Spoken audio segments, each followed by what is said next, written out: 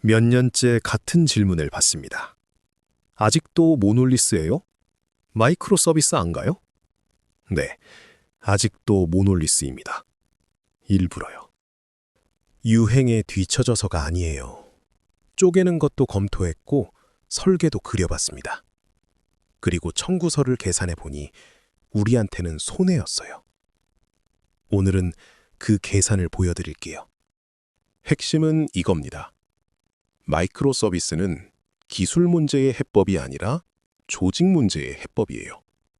팀 여러 개가 서로 배포를 막지 않게 하려고 내는 비용입니다. 그러니 질문은 우리 시스템이 큰가가 아니라 우리 조직이 그 비용을 회수할 만큼 큰가예요. 쪼개는 순간 내야 하는 세금부터 볼게요. 함수 호출이 네트워크 호출이 되고 네트워크는 실패합니다. 그 실패를 다루려면 타임아웃, 재시도, 역등성이 전부 필요해요. 지난 편들에서 다뤘던 그 장치들이 서비스 경계마다 다 들어가야 합니다. 그리고 우리한테 제일 치명적인 세금이 있었어요. 트랜잭션입니다. 지금은 돈이 움직이는 처리가 DB 트랜잭션 하나로 끝나요. 실패하면 통째로 롤백되고 정합성이 공짜로 보장됩니다. 서비스를 쪼개면 이게 분산 트랜잭션이 되고 결국적 일관성과 보상 로직의 세계로 들어갑니다. 돈에서 그건 공짜가 아니에요. 운영 면적도 배로 늘어요. 서비스가 N개면 배포 파이프라인도, 모니터링도, 알림도, 장애 지점도 N개입니다. 관측 가능성 편에서 말했죠. 조용히 죽지 않게 만드는 것도 일이라고요. 그 일이 서비스 수만큼 곱해집니다. 그럼 그 세금을 내고 뭘 받느냐?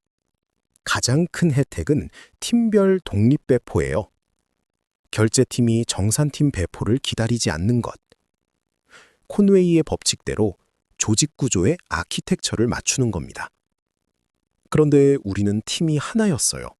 서로 막을 팀 자체가 없는 겁니다. 혜택은 0인데 세금은 전부 내는 구조였어요.